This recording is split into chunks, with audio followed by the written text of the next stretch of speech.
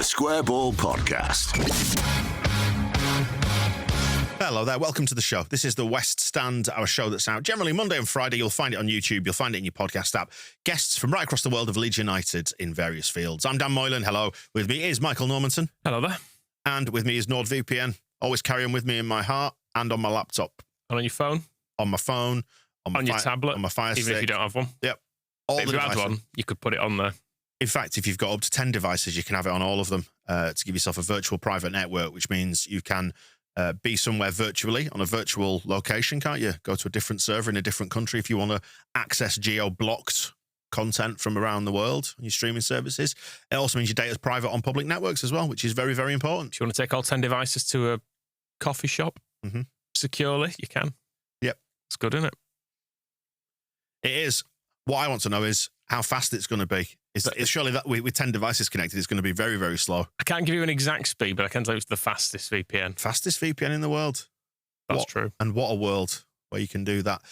This is backed by a risk-free 30-day money-back guarantee. There is a discount on your NordVPN plan at nordvpn.com/TSB, so you'll get additional months there for free on top of your 2-year plan that's discounted. Yeah, to reiterate, 30-day money-back guarantee if you're not happy, so it's totally risk-free. nordvpn.com/TSB. The link is in the episode description box as well.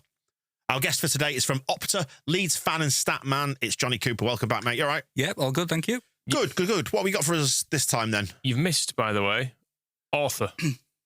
Author? Yep.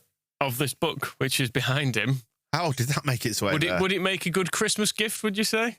Well, a really good gift. I'm glad you mentioned that because we are coming into the winter months and Christmas is only a matter of weeks away now. True enough. Wow. So, I mean, like we were saying actually before we started recording, crap joke aside, that it is genuinely like the perfect gift for, because we all slightly fall into that difficult to buy for bloke in your life. So if you've got someone like that in your life who you are wondering what to get for Christmas, Johnny Cooper's As Leeds Go Marching On, a history of Leeds United through story, stats and trivia. Yep, yes, please do. Yeah, get it on Amazon or in Asda, as has been mentioned before. And then if you're not in the UK, Blackwell's sell it as well, which is something I've been asked by a few people who live in, not in the UK. And yeah, trying to get hold of it has been quite difficult. So yeah, if you go onto Blackwell's website, you'll be able to find it. There you go. As Leeds Go Marching On by Johnny Cooper. Find it in all good bookshops and all the bad ones as well, as the joke goes. You're a numbersman, a statman, facts and figures. You work for Opta, the data. What is it? A data accumulation service? Data.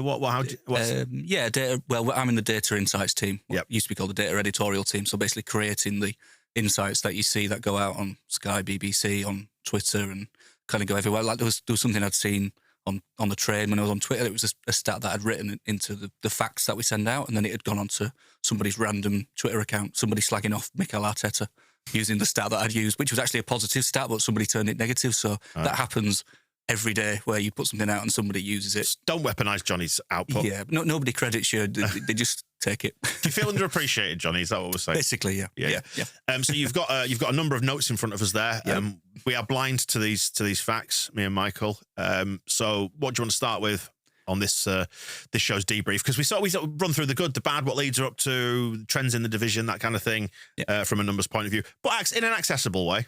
Yeah, try and make it interesting, make it fun. Making XG sexy again. And I think today we're looking for reassurance we're not going down. Yeah, no problem. Absolutely. Got the stats. That's the first stat I've got in here. Can we, before you do this, can we just address? Yes.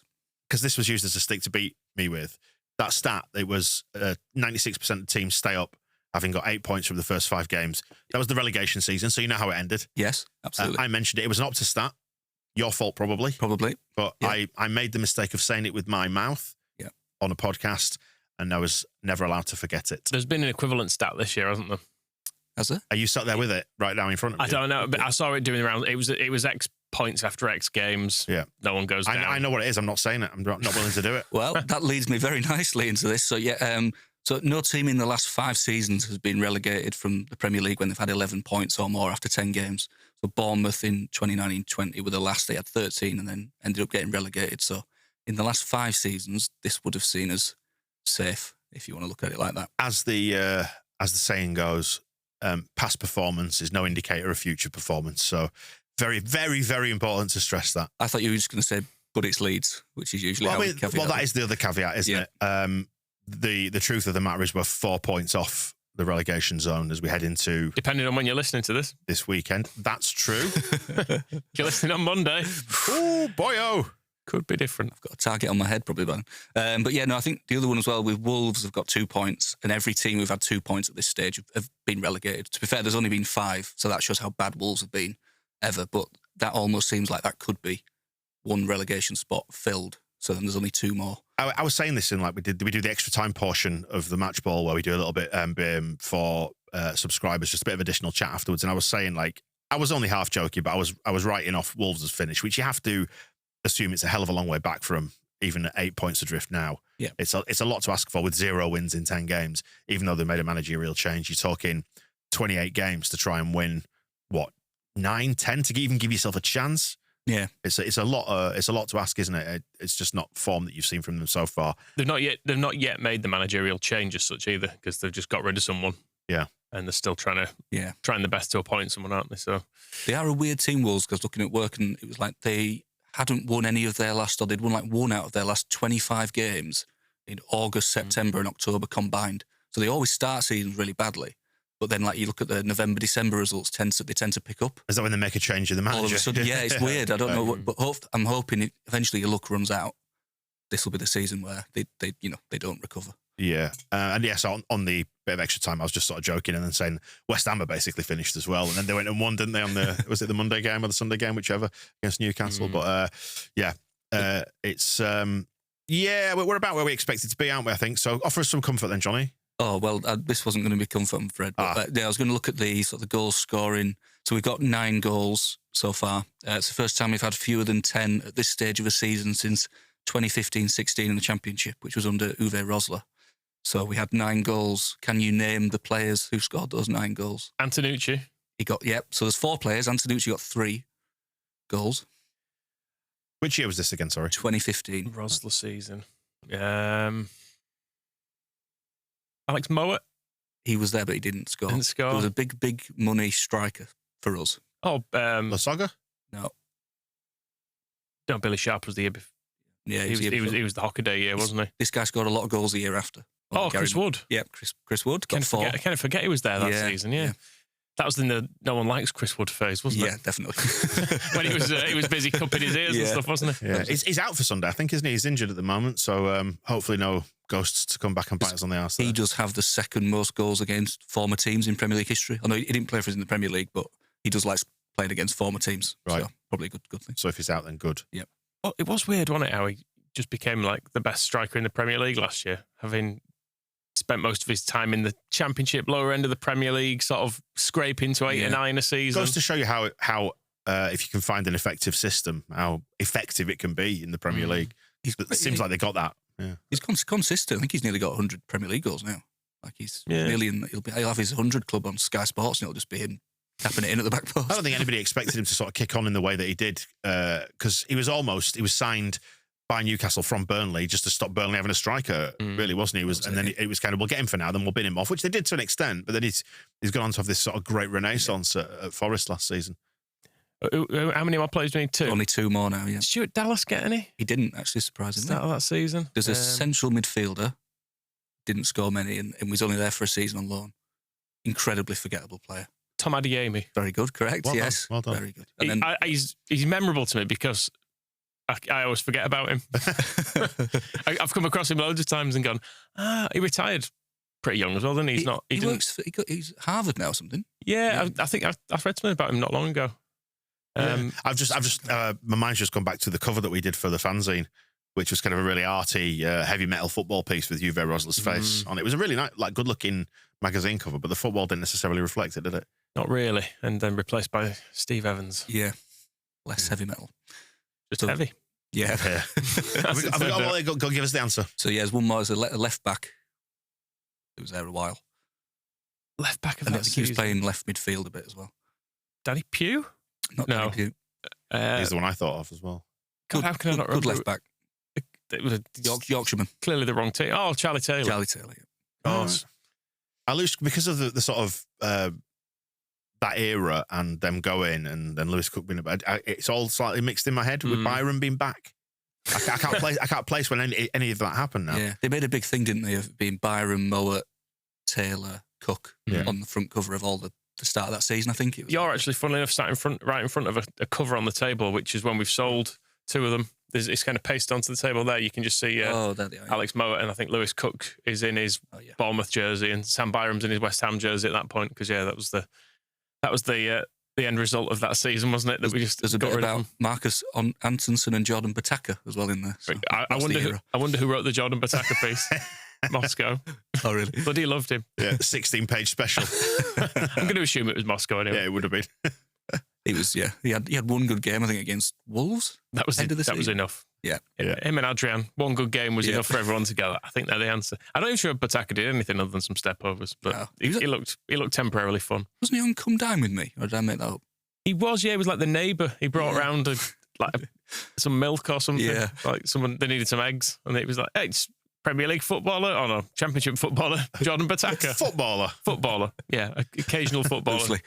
Jordan Bataka. So was the finding comfort for us just laughing at what happened 10 years ago? Is that what we're finding the comfort for this season?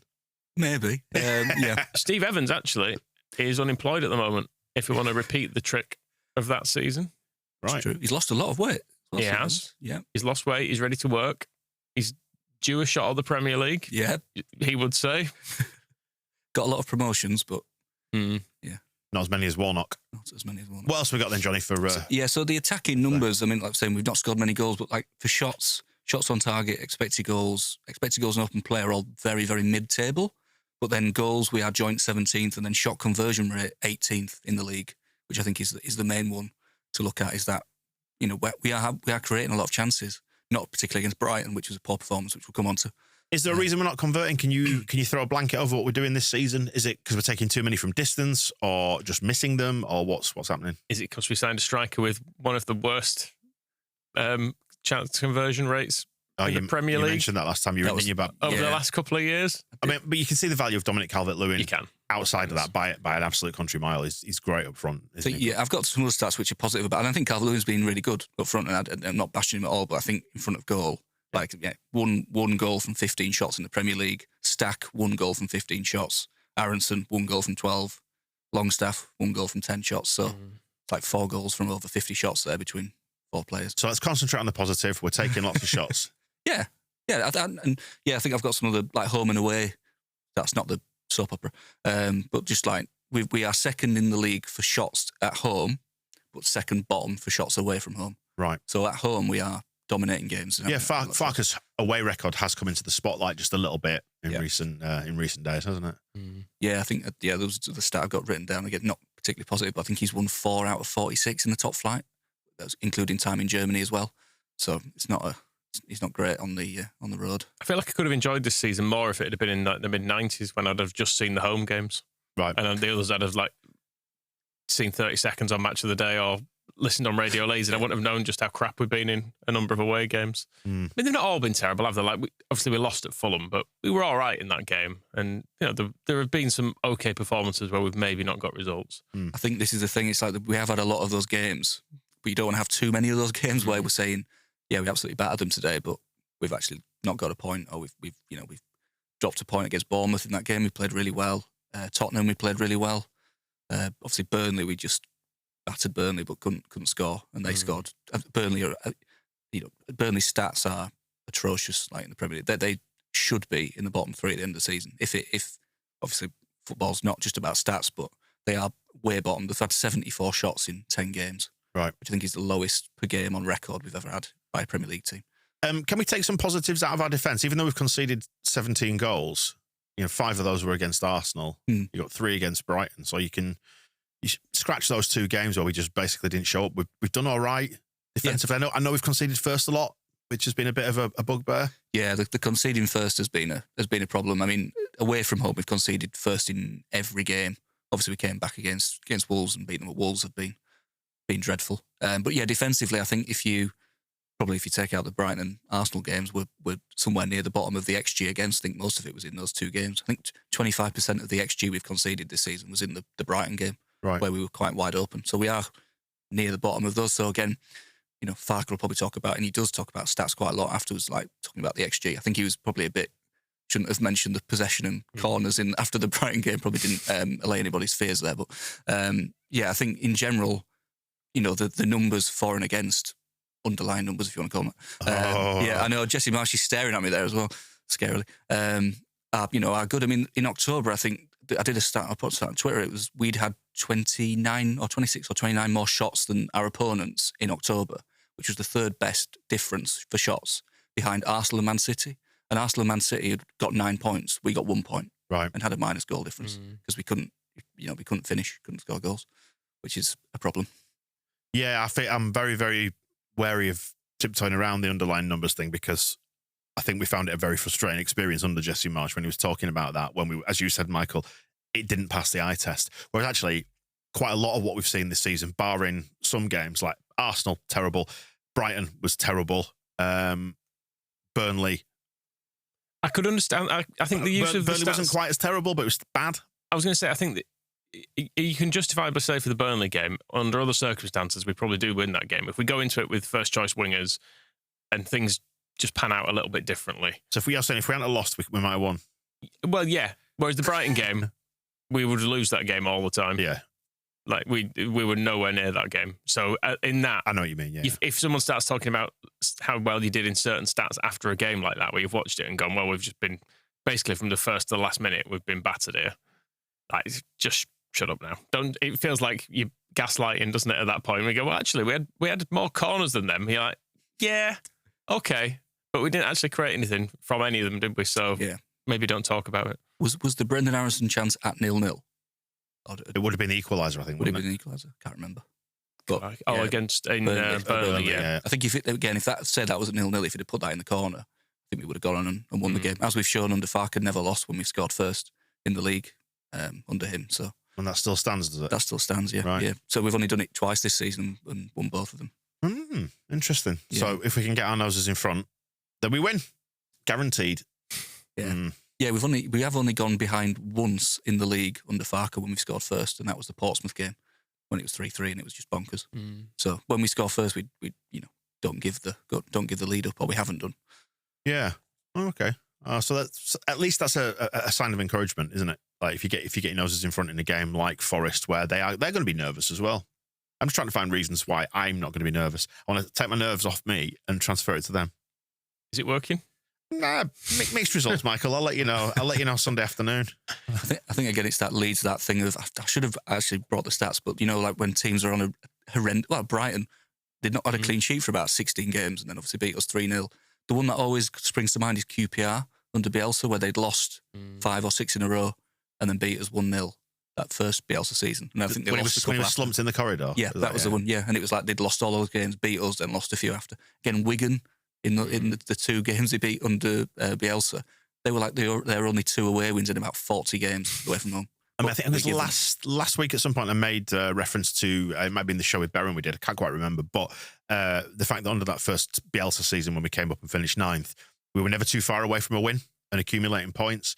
I'm just looking at, we've lost 3 out of the last 4, and it's only, it's 1 win in 5 overall.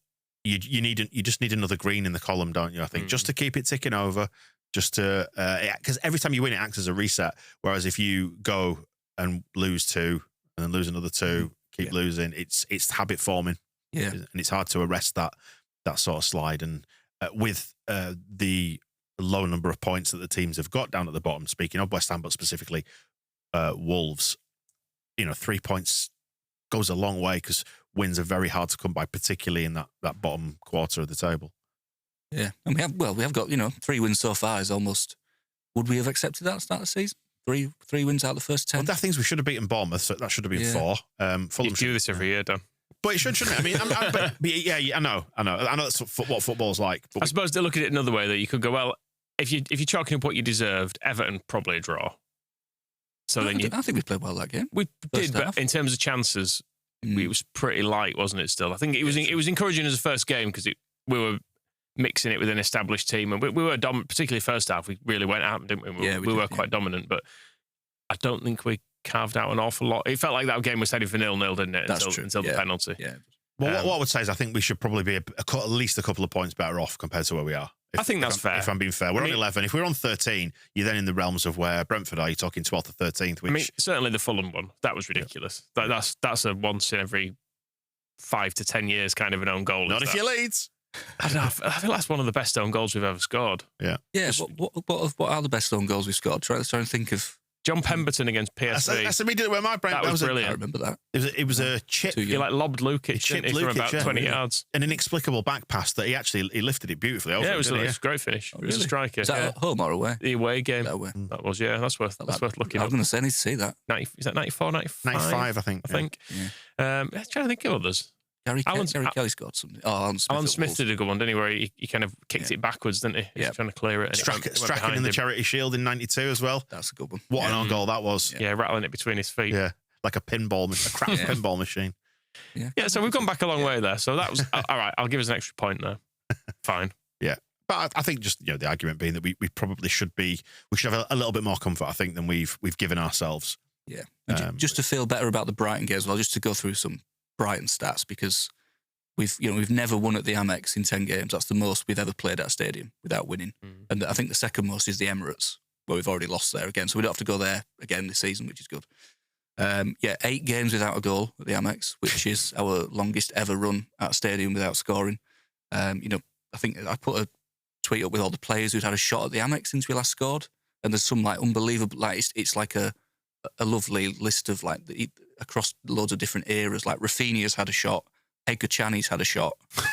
Mustafa he was only on the pitch for about 5 minutes in total, wasn't he? I'm sure. I remember watching that in the pavilion. I think the pavilion put it on. And Edgar Chani kicked the floor from outside the box, then hit the shot, and it just dribbled out of play. I've never seen it back since, but it was horrific.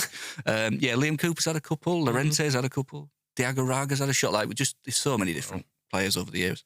Do we need to insist they move back to that Athletics Stadium? Yeah, exactly. That was where we won. Last time we beat Brighton was there. So the last time we scored at Brighton was November 2012, and Andy Gray and Sam Byram were both in the squad. And since then, Byram's left, come back, and played alongside both of Andy Gray's sons. So that shows how long ago that was. I was speaking to Michael before he came on. There's a player who scored at the Amex more recently than Leeds, and it's an unbelievable. He's nearly 50. Right. He's a former England international. He's played for England at least one World Cup, if not more than one.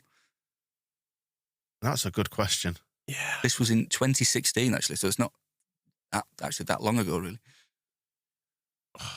Trying to think who was around. So somebody who's in the late 40s now, is it? Yeah, he's born in 1978. Right. And he was 38 when he scored this goal. This was for Bolton in a championship game. Kevin... No, not Kevin. That's a good show. He played for England, Kevin did. Kevin Nolan as well, maybe. Kevin Nolan, yeah. Although he'd left by that point, wouldn't he? He played for England at the 2010 World Cup. Oh, there'll be people screaming at us there. Yeah, he started at least one game because there's quite a famous clip of him trying to put a cross in. Does a little step over. So that's 15 years ago. So it would have been, 34, 35-ish? Yeah, that World Cup, early 30s, I think. He's in the Premier League 100 club as well. He scored a lot of goals. But the latter end of his career sort of became a bit of a, not a joke, but, didn't score that many goals towards the end of his career. Heskey? Emil Heskey has scored at the Amex more recently than Leeds United have. Wow. Bloody hell. Yeah. His nephew has scored for Leeds as well. Yeah, there you go. In that time. Yeah. That doesn't mean much, admittedly. Mateo Joseph, that, by the way, for anybody who's not aware. Oh, of course, yeah. And then his two sons have debuted for Man City as well recently in the first team. So, God, we're there old. you go. Yeah, I mean, the scoring goals at Brighton thing, it's not for everybody, is it? I mentioned this because, it's like Wembley. Weirdly, I can. This is great listening for my children. Should they ever listen to this, I can put down that 2-2 draw was the conception of my children. Because, oh, really? As you get older and you start trying to have children, you need to look at cycles and stuff. And I had tickets for that game, but I couldn't go because it was like, oh no, that's the best time. So it's fuck day. Basically, yeah. So that is, and my kids are in year 8 now. Well, I didn't have that written down here anyway. Successful. Get that tweeted out. Expected ovulation. Expected kids. Didn't expect 2, did I? No, you didn't. To be fair, got the twins. Oh, 2 goals and 2 twins. Yeah. So there you go. Amazing. And that's that does feel a very long time ago. Wow. I have to say. Yeah. They can walk and talk and everything now. Can't they? Can, yeah. They're pretty independent these days. Wow. And we still can't score at Brighton. Yeah. Incredible. I can't follow that. I think more surprising is that Agachani had a shot. Oh, I need to try and clip that shot up and find it. Really need to find that. It's so bad. He can't have played more than like 4 games he played. I was going to say, and they were all sub appearances, weren't they, for like 10 minutes? I bet he didn't play an hour for us. Wasn't he like Redfern wanted Becchio, and he went to Chileno and said, let's get Becchio in, and he said, no, I've got this Albanian international instead, and didn't work out. This guy's even better. They're all Chileno era players, really. When people turned up and you'd see him kick a ball once, and you'd be like, oh no, this guy's bad. I've seen bad footballers, but bloody hell, like he can't do anything. Like Habibu, when you saw him just galloping around the pitch, you were like, oh, he moves unusually as well. Just something about him. He's great in the dressing room. Great character. Good lad. Picks birds off the pitch, doesn't he? He had that. Wildfowl. Yeah. Not very gentle, was he? And he hated Steve Morrison, didn't he? I think. Didn't he? Someone tweet him, and someone said, "Oh, what are your memories of Steve Morrison?" And he just put "ha ha ha ha Morrison," and said, "You need to love football." And Steve, he hated playing for Leeds, basically. That's sure, I remember that. Yeah, it showed as well. I mean, I'll be honest, I can't say I always enjoy supporting Leeds, but yeah, true. Anyway, what else you got there? Yeah, so set pieces are a big thing in the Premier League now. Obviously, working with the data, every season something comes around as like a trend. So long throws are the trend now. I mean, Jamie Carragher's been hating it on like Monday Night Football, mainly because it's been against Liverpool. People have been having success with it, I think. But he's sort of saying, teams are going, it's almost like going back to the 90s, watching Wimbledon and all that sort of stuff. So it's like the most long throws into the box we've got on record. It's like the highest set-piece goals in a season on record. Is it not the case that Arsenal are by far and away the highest number of non-open play goals? Like, so they're all set pieces. Like 20-something% of their goals are from open play. Yeah, literally, that's the stat I got written down. So their highest set pieces, 12 out of 18 goals a season they've scored from set pieces. And that, look how far ahead they are at the top. So boring, pathetic. It does work though, doesn't it? It does work for them. Their corners are, so hard to defend. But we're third on that list for percentage of goals from set pieces. So 5 of our 9 goals have been from set pieces. Obviously, then you look on the flip side of that and you say, we've only had 4 open play goals in 10 games, which is the joint fewest. But we have looked dangerous from set pieces. So Sean Longstaff has created, I think he's second for chances created from set pieces. We've said in recent weeks, it's been nice being able to go into Ellen Road and see a game where you get a corner and you think, oh, we've got a real chance here. Because for a long time, it just felt like it was, well, we kind of joked, didn't we? It was as good as just giving the ball back to the opposition. Whereas now you think, well, we might get something here. I mean, Bielsa, Joe Rodon goal machine. Bielsa used to not do them, didn't he? Yeah, didn't practice them. Talk of it like they did. It wasn't part of his thing. He was like, it's impure. We'll just do some more of these passing triangle things that we do, like working out actual moves. But yeah, do you think it's because of VAR? Do you think that's had a massive influence on it, that you can't foul people as much as you used to? Because if you look at old school defending on corners and stuff, people used to just basically like hold. Yeah, that's true. And maybe you just don't get away with it anymore. I think you might be onto something there, because one of the directives, again, you're talking about there's always something each season. Yep. There's always something each season that the PGMOL inflict on their refs, or it might be FIFA or whoever, passes down to the refs and says, this is the thing we're clamping down on this season. And then you see it for a bit at the start of the season, then it all just reverts to type. Like it was the handballs the year that we went up under Bielsa, and we got that awful one at Liverpool given against us by Robin Koch. It hit his hand, and then they changed the rule a couple of weeks afterwards. It's like, well, we can't have those points back. But this year, they're trying to stamp out grappling. It's the keepers of the time, isn't it? But they're also trying to stamp out the grappling from set pieces. They've already given up on the keepers thing, by the way. If you actually watch a game, they never do it. They realise after about 10 seconds, they go, 5, 4... Because they still allow keepers to do the catching and laying down bit, and it's only ones that stand up they actually start counting. Yeah. Even when a ball's gone like directly at them and they've just decided to have a little roll about with it. I think with that one, and not to defend referees, obviously, because they're easy people to target whatever as we do at games. But why defend sociopaths? Yeah, exactly. But like that's got to be quite a hard one. You've got so much going on the pitch. Yeah. I know they've got VAR, but then you've also got to remember I've got to count the goalkeeper down to kick a ball. Yeah. It's just another added... It's too much, isn't it? Yeah, just let them ref the game. Yeah, because they're going to be doing that little backwards run that they do back towards halfway, getting in position for the next thing. Then they've got to be remembering that he's against the clock. Yeah, don't you talk down backwards running? Are you good backwards runner? Oh, it's very difficult. Yeah, very difficult. Yeah, I don't think I've really been at a game this season and thought, oh, I'm going to count the goalie down, or he's taken too long. I don't know. And if they do start doing that, the cop really get going, don't they? And they start counting down sort of ironically, and that then probably puts it in the referee's head anyway. But I don't think it's been particularly bad this season. Yeah, I'm now looking for the ref doing, the big arm up. That's the start of it, isn't it? They're supposed to count down using their arms. So I'm now looking for that going up. Started looking for it. Great, isn't it? That's what I got into football for as a kid. There was actually a stat that you mentioned on the show recently that caused me to look it up because I didn't actually know it. But Joe Rodon's had the first contact on the most attacking corners in the Premier League this season. So he's had 10, and 9 of those have been from Sean Longstaff corners. So Longstaff's created 7 chances for Rodon this season from corners. There's only one duo in the Premier League where it's been more from one to another. So it seems to be. I don't know whether they are working on it in training. Presumably they are. With Rodon, someone must have done something with him. Yeah, because but he would go up there for every corner for ages, wouldn't he? I'm sure in the first year I don't think he got his head on anything, and when he did, it went. That was it. 50p head. It went absolutely miles over or wide or something. But he nearly scored against Spurs as well, didn't he? Hit the post in that one. All of a sudden he's a threat. Yeah. It's weird. We were saying it's like people we sit around it on road. It used to be a bit of a joke. Like he'd come up, Rodon got his head on it, but it's gone over the bar. Now he looks really like he attacks it a lot better. Whether again, he must have been coached to do that better. And he scored for Wales the other day as well. He did. I think he's got a couple. Yeah, Strauch always had threat, and Cooper used to get his head on quite a lot of stuff as well. Cooper Often he was a bit 50p head. Sometimes was Cooper, but he did used to win a lot of stuff from corners. Whereas Rodon was just the other one. Yeah, he would never. He'd sort of do that thing where he'd nearly get it and then go, I've just missed it, and he'd do it all the time. He used to think.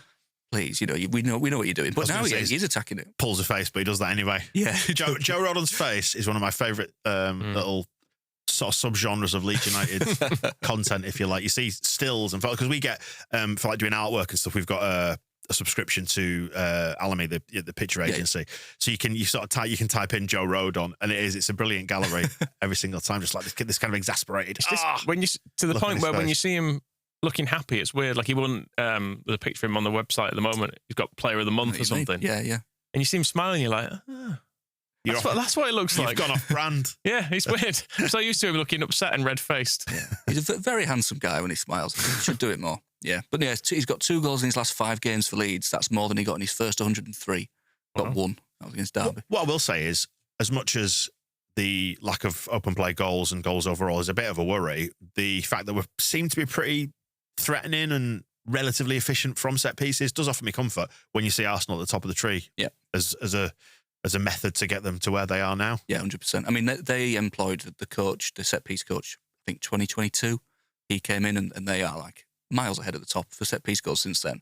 But I suppose they're kind of ahead of the curve. Like I was saying, there's a bit of a trend every year, and everyone's kind of jumped on it. So long throws. So you think maybe eventually does it start to sort of cancel itself out, and then somebody goes looking for something new to try and exploit? Basically, yeah. So you want to be the first one to go, I've spotted this, and I'm going to start doing it. Whereas Arsenal bringing in, I mean, Brentford did it as well years ago. It wasn't just Arsenal. I think in the Premier League, they were the first team to really will target, and they are brilliant. I mean, Declan Rice is the best corner taker in the Premier League.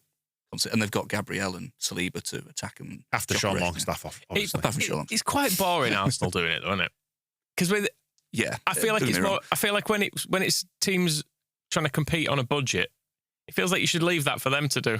Like Arsenal spent like £1 billion on that squad. Yeah, play some nice football for fuck's sake. Stop being so boring. I think as well, it's also a bit of a manifestation of Arteta because he sort of has a dead behind the eyes look, does Arteta? He's a very inscrutable character, I think, which makes him very, very hard to warm to, particularly when he gets into his high performance mode, and you see the snippets doing the rounds of him talking, bringing a light bulb into training and, what can we learn from a light bulb kind of thing. It's like, come on, mate. Keep it for LinkedIn. And he was getting fighter pilots in money to help with communication or something. Which I know, any sort of coach, ultimately you're managing minds, aren't you? You want people to buy into what it is that you're doing, but you can't help but be a bit sneery about it from the outside and think, come on, mate. Hey. It's because I'm low performance and I imagine myself in that dressing room going, fucking light bulb wanker. Well, someone else is trying to get on board with it and I'm like, nah, not for me, thank you. Am I the problem here? Yeah. Are you telling me that you two have not had people coming into the Square Ball office to... Yeah, we book people to come in and speak to us all the time. Just watch. I follow Jake on Instagram. That's enough. And these are the results you see. Yeah, obviously, this non-stop, relentless, high performance output, Johnny.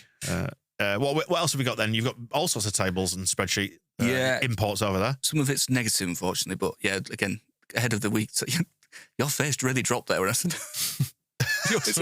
I was looking at the prem sheet. Sorry, yeah, there are some positives to end on, but yeah, I think we mentioned it before, but the away form has been really poor. So across our last 13 Premier League away games, we've won 2 and lost 11. Obviously, that is back, for the previous season, and the 2 wins were both at Wolves. So we don't tend to win anywhere apart from Wolves, and even the season before, one of our wins was Wolves, and it even stretches further back there. So since the start of the previous Premier League season, we've had 12 points out of 24 away Premier League games, and I mean 6 of those were at Molineux, and we're not going there again this season. So we need to really improve the away form. We'll be going there next year, though. On the plus side, hey, are they staying up? Are they? I mean, they might.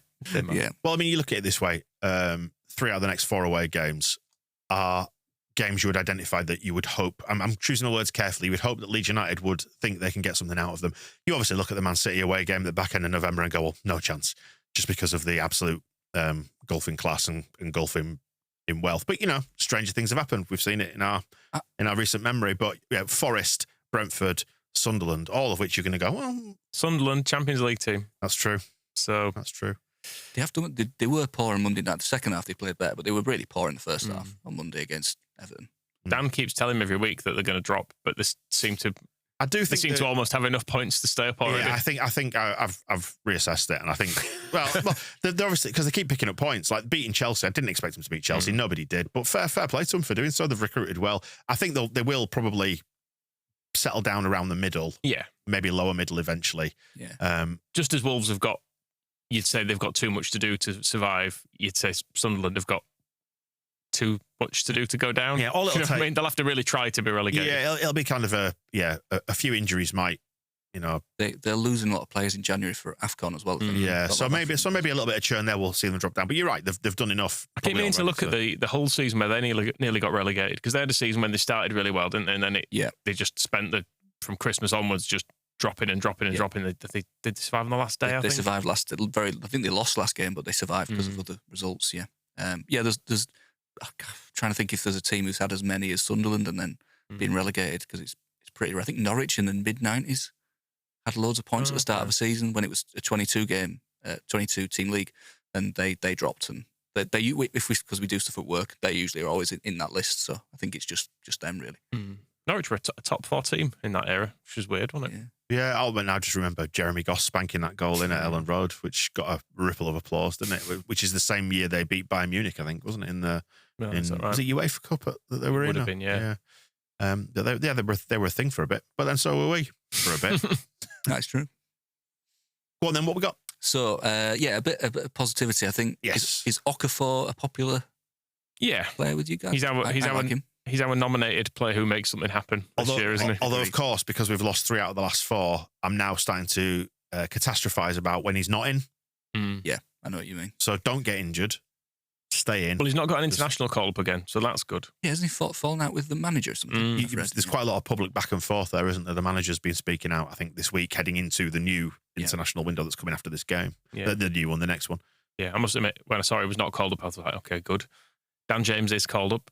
That's a shame. I kind of just want all our players to just stay back at Thorpe. Although is there something in that we've not really had much of a first choice team all season, really. True. Yeah. Particularly out wide, we've had, because Nonto's missed every game, hasn't he? More or less. I know he was on the bench for the first couple, and then he's been injured. Sorry, not necessarily first choice team. I mean, full squad available. Yeah. Well, I mean, let's face it. No one wanted the Aronson, Harrison wingers choice. We essentially have all our wingers. They'd be the last 2 you'd have on the pitch. Would you describe that as the axis of evil? I think that's fair to say. Proportionate, isn't it? Yeah, I think there's nothing wrong with saying that. Not getting carried away. They're both very dark characters, I feel.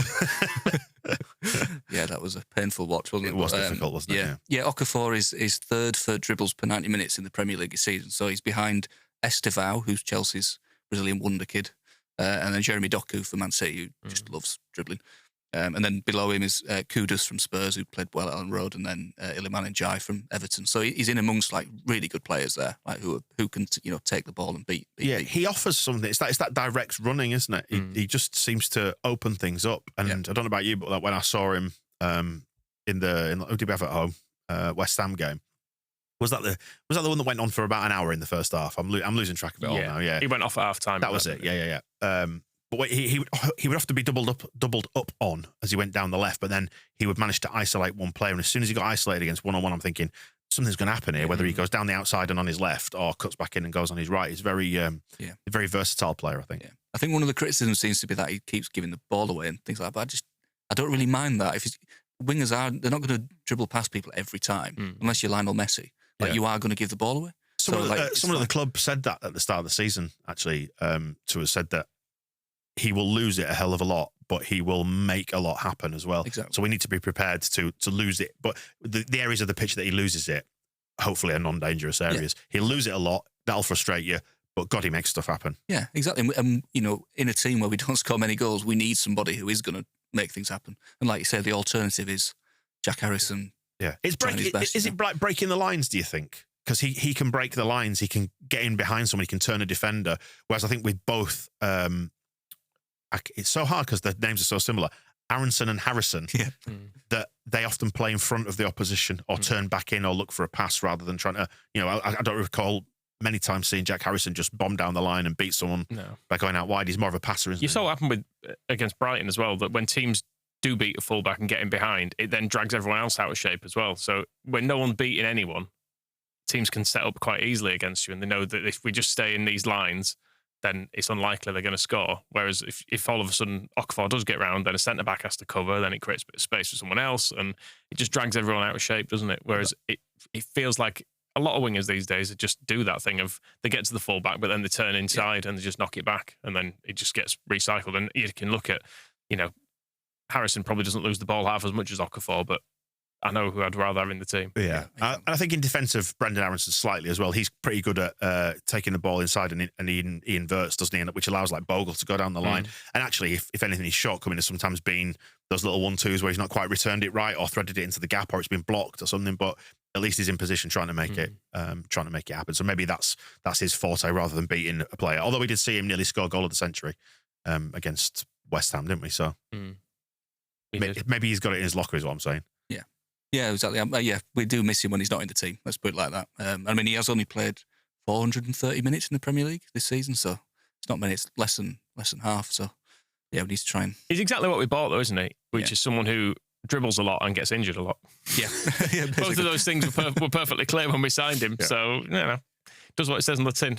We just need to hope we can keep him fit. I mean, at this point, last season, I think Solomon had been in and out of looking good, being injured. And then by the end of the season, he was fit for the whole time, and he was probably our best player for the last few months of the season, wasn't he? I think it'll be interesting to see if and what they do come January. So we've got 8 games until the window opens. Realistically, we're not going to sign somebody in time to play for the game at Liverpool because that is on New Year's Day. Would involve some sort of wizardry where clearance was concerned. But even if they did move right at the start of the window, you're talking 8-9 games before you can bring somebody in. Do you think they will? I hope so. Yeah. Yes. It's necessary, isn't it? It feels necessary. Yeah.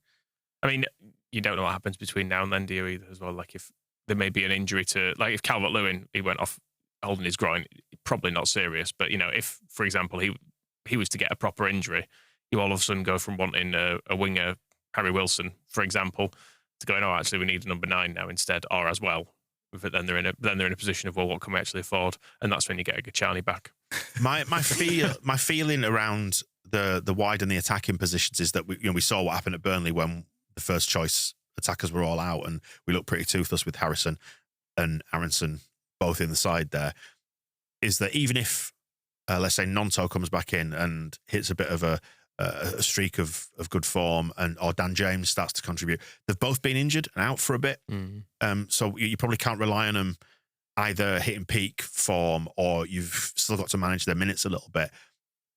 That they think that the extra body in there, even if they do start splitting the minutes among them, there is just that other option in there, someone that could just pick up the slack there. Because relying on them being fit, I don't think you can do it now this season because of the time they've both spent out. It feels like it takes the wind out of the sails, momentum, fitness-wise, sharpness, whatever. They were both out for quite a bit of last season as well, weren't they? They were both in and out of teams. I don't think anyone was ever out for months on end. Did Dan James miss?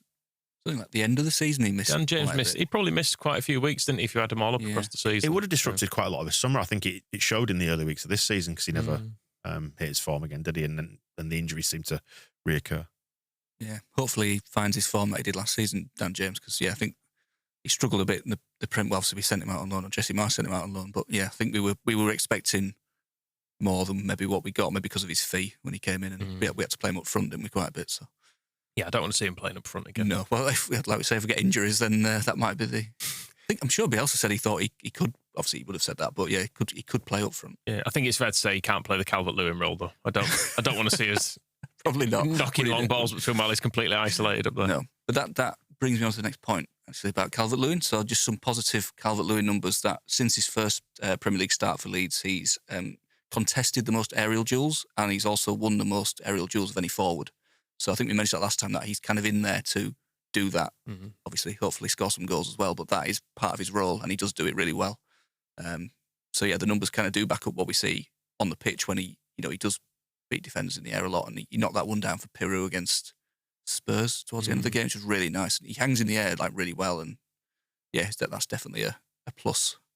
Yeah, interesting to see where Piroe fits, because I was thinking then in my mind naturally went to January thinking, how do you, if they are a bit squeezed for PSR, how do you recycle it by getting maybe a wage off the books or a loan to buy? And Piroe's the obvious candidate, isn't it? Because he's not really featuring. But then when you got him up close to Calvert-Lewin, yeah, which is I think what prompted the thought. I think we discussed it at some point in the last few days, Michael, or last week. How do you? I was on the members show. How do you feed Dominic Calvert-Lewin better? It's by getting people close to him. Chris was on yesterday's show as well, so I know you weren't on that one, Dan, but he's saying the idea of getting Piroe next to Calvert-Lewin as two up front, essentially, or just dropped off him a little bit, might be a route to actually scoring some goals, because it's not really looked likely, has it? No. Yeah, I think that's a good point. Yeah, Piroe's still the best finisher we've got at the club. So yeah, but we've not really seen anything of him because it's hard to know where he fits. But maybe that is a potential outlet, even if it is for the last 20 minutes. It'd have to be, wouldn't it? Yeah. In a game. That's it. That's the thing. He would have to change the formation, and I don't think he will. That's the thing. I don't think he will either. Give us some whimsy then, Johnny, before we finish. Yeah. So there's a bit of a quiz. Hey, here we go. So Joe Rodon started 96 consecutive league and playoff games, which is the longest run by a player since. Click? No, he just below that. 92 was Click. Oh. So there's one mid-90s. Strack? No. No? Oh, goalkeeper probably. No. Oh. Lee Bowyer? No. He has played a lot of games for Leeds, this guy. He's in our top 10. Gary Kelly? Gary Kelly. I immediately, because you think the shin splints with Gary Kelly, an injury, because I'd already thought that's when the shin splints hit, wasn't it? Yeah. Like 96, was it? 97, something like that. He started with his injury problems. Because he'd played non-stop from being a youth, basically. Yeah, running into the crowd. That's it. He started his debut until the game he got sent off, I think. He didn't miss a game, 99 games in a row. Really? It's quite upsetting, like 99, not 100. Yeah, it's only a number, but it's still a significant number. Numbers are important, Dan, really. Sorry, Johnny. Very important. Yeah, I'm a numbersman. Yeah, so the last player to start 100 in a row was a goalkeeper between 1979 and 1983. Harvey? Nope, that's a good guess. He was in between Harvey leaving and then coming back. And then this guy also came back. I can't think of the name. I think it's very, very early young childhood for me, so I'm struggling with this era.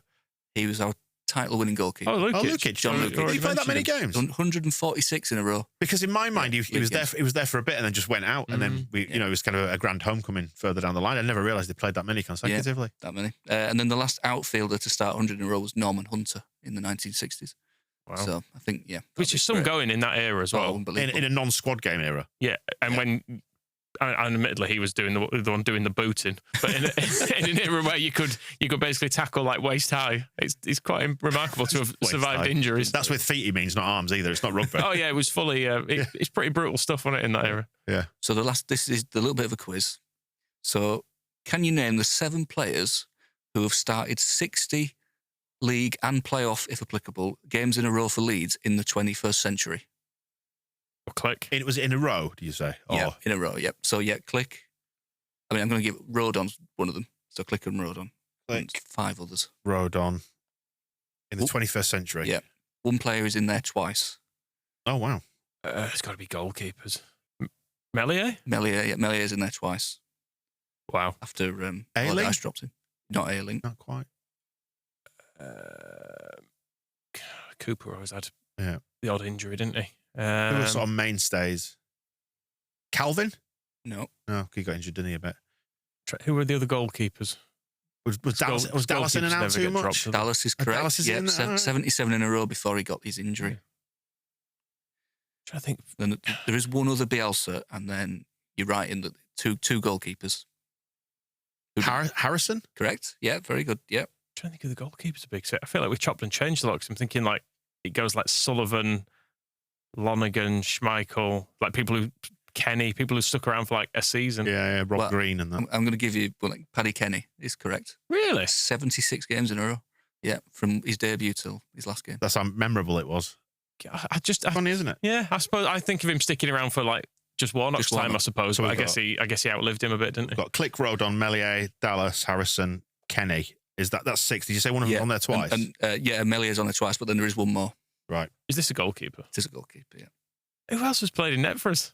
Like 21st he wouldn't have done it. Nigel Martin, Paul Robinson. Paul Robinson is correct. Yep.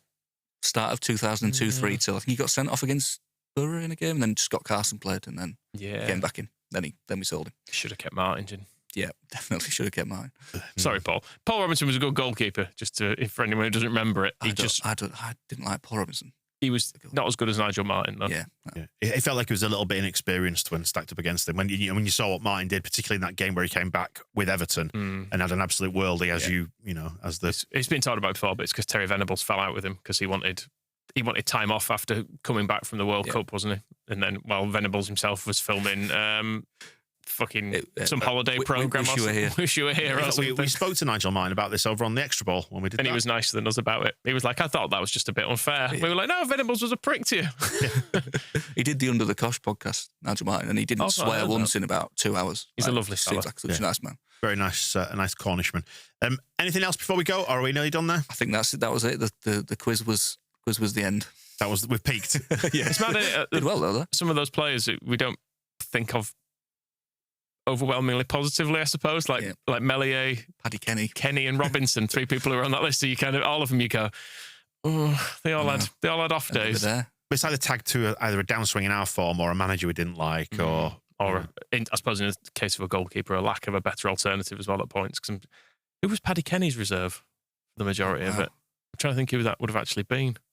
Blimey, that's a great question. Jason Brown.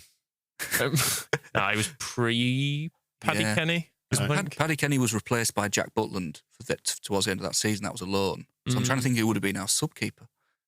There's literally nobody comes to my head. Jamie Ashdown. Alex McCarthy came in as well. Did Alex McCarthy come in for a bit? He was good. He did. Yeah. But Jamie Ashdown's probably one. He played the Cups. He never played a league game, I don't think, did he? I think he's got the record for most games for Leeds without playing in the league. Jamie Ashdown. Oh, very good. Stats. Yeah, somebody told us it was David Stockdale, wasn't it? I think he's involved with, is it Farsley? Farsley now. Yeah, like in owning that.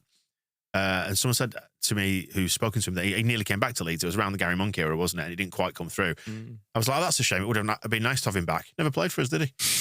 Really? It feels like he did. Yeah. He was at York, wasn't he? York City. But I would have thought he'd been. That'd be a shame. It'd be nice for him to come home. But he'd never actually played for us before. All right, yeah.